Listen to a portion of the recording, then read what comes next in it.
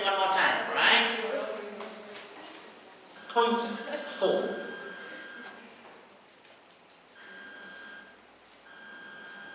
The toilets are dirty and the smell is disgusting. Thank you for letting me know, and I do apologise. I'll make sure they're dealt with immediately. As soon as they've been cleaned, I'll come back to let you know. Okay, now we get number 3. We've asked for the cabin to be made a little warmer, and it's getting even colder. Yes, I'm sorry about this. We seem to have a slight technical problem with the cabin temperature at the moment, but we are sorting it out. It should warm up in about 5 minutes. Let me get you a blanket in the meantime. Okay, now number 2. Excuse me, why doesn't someone tell us why there's such a long delay? I do apologise, sir. I know how frustrating it is sitting here and not knowing what's going on. Unfortunately, the jetty got stuck, and so we couldn't close the door. However, we expect to be pushing back in 5 minutes.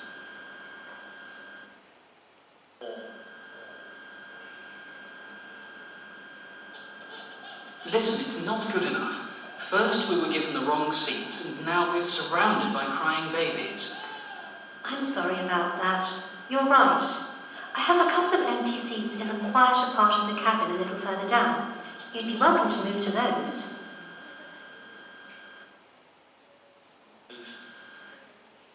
An official complaint. There were no snacks. The plane hadn't been cleaned and the service was awful. I'm sorry that you haven't enjoyed your flight. We've had so many problems today, and I can only apologise. I'll get an official complaint form for you this very minute.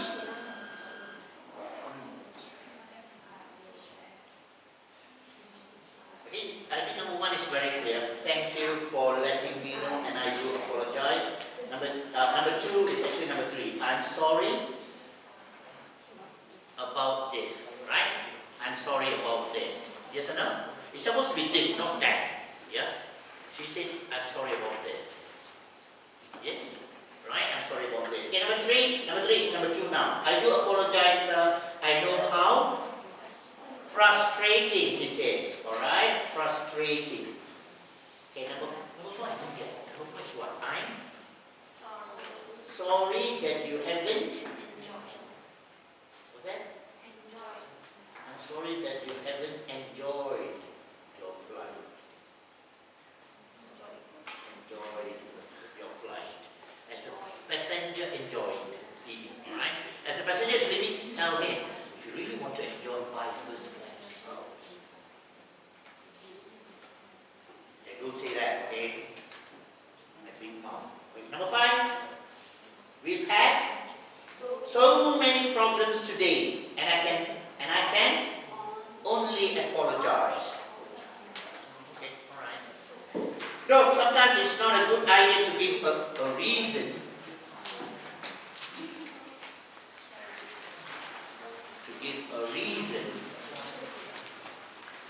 Let's go back. Sometimes it's not a good idea to give a reason or excuse for a problem. Alright? Don't give there is a good reason. Maybe there is a very good reason, in fact. But the problem is people don't like when you give reasons or excuses. Even it's a legitimate reason, logical, but they will think you are giving excuses. Is that okay? That's how passengers are, you know? Are there times when it's right to give excuses? Yeah, if you have no control over the situation, you have got absolutely no control. That means I think you have to say why things are like that. I think you can give a reason or an excuse. Because it's beyond your control. Right? If it's turbulence, weather, turbulence, the plane is shaking. Not in your hands, not in the pilot's hands, not in the airline company's hands. Right? But just say maybe there are too many passengers who are too fat in this plane. Don't say that. Can you understand now, alright? So it's not in your control. Alright? There are certain things not in our control we need to accept. But not everybody has the same understanding or maturity. Is that okay? Alright? Alright, it's a nice picture. Have you seen kids like this? Yes. Sometimes teenagers behave like this? Yes.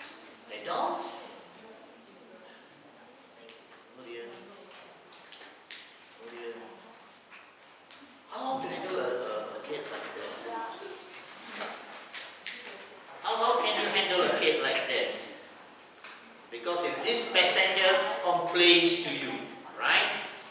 What would you say? Try, Ellie, try. If this passenger, you are the cabin crew walking that time, and then this is a passenger who has got a monkey seated behind him or her, alright, seated behind him, and she is thumping her foot on the seat in front, getting excited playing games. And this passenger complains to you. What would you say?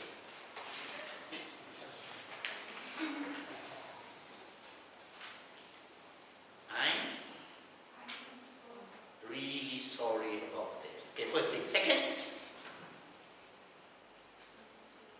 let me advise the kid or give her a slap.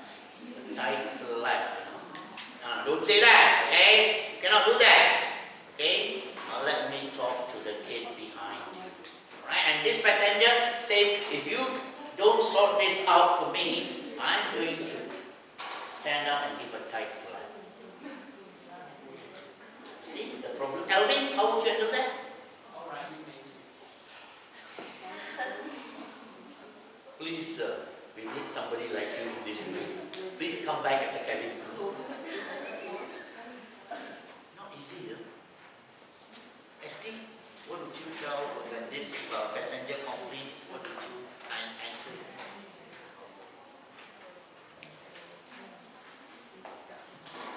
Esti, what would you answer him? Because this kid, you know, is thumping her feet on the seat in front, and that's disturbing this passenger. And this passenger is complaining to you. How do you handle that? Esti? Esti, what's your answer? Just say this is an exam question. What would you answer? You just cannot say, I don't know. Cannot. Because you're going to be a cabin crew. Right? Okay. Elena, try. Help your friend. You have to say sorry. Definitely you have to say sorry, right? Next you say, let me talk to the passenger behind you. Let me talk to the kid behind you and advise her. Is that okay? Alright? Or let me get the knife now.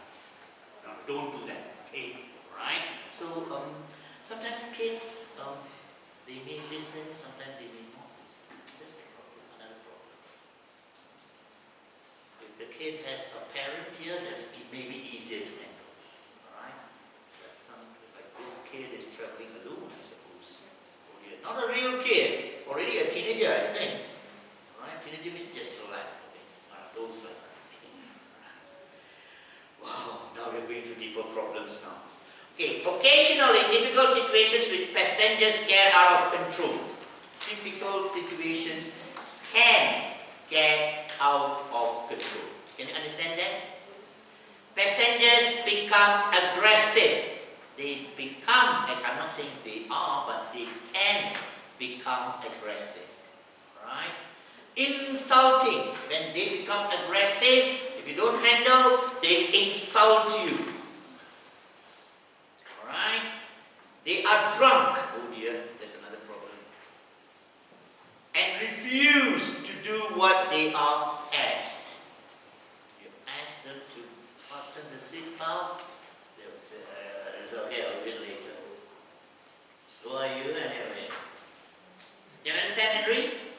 Yeah? You got passengers like that, all this we need to handle. Take a look at the images below. What are your procedures for dealing with really disruptive passengers? Look at picture A. What is happening here? Open the door. And jump. Oh, okay. Oh, that's interesting. Let's have a show now. No. Just joking, right? Can this happen? I was watching a video in Korea. One passenger was trying to do this. And did you all read about that? Did you read about that? I think Korean Air or, I don't know, Asiana or one of the flights in Korea. Yeah, one of the Korean Air flights. There was a passenger who suddenly got up and wanted to open the window. I mean, open the door. Middle flight, mid-flight, you know. Gosh, people are not traveling. You want to die, you die yourself. How you want to kill people? Next time, don't buy a plane ticket. If you want to die, you decide, okay, today I'm going to die, okay. Go up a mountain and jump down, or go up a building and jump down. Why you want to kill 300 people together with you? Yeah? We got weird people nowadays. Okay, what is this second person trying to do? Trying to, I mean, she's, is it a he or she? Oh, she. Oh, okay, all right. Okay. She's smoking. Where is she smoking? I mean, where? Is this inside the cabin or inside the toilet? Cabin. Wow. Big time gangster, you know. I will do what I want to do. Who are you anyway? This plane belongs to me, you know that? Wow. They must catch this kind of people, take all the cigarette from his pocket and push it into his throat and pump. All swallowed. They settle.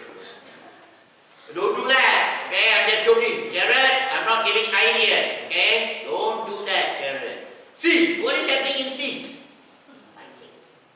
Wow, aggressive passenger.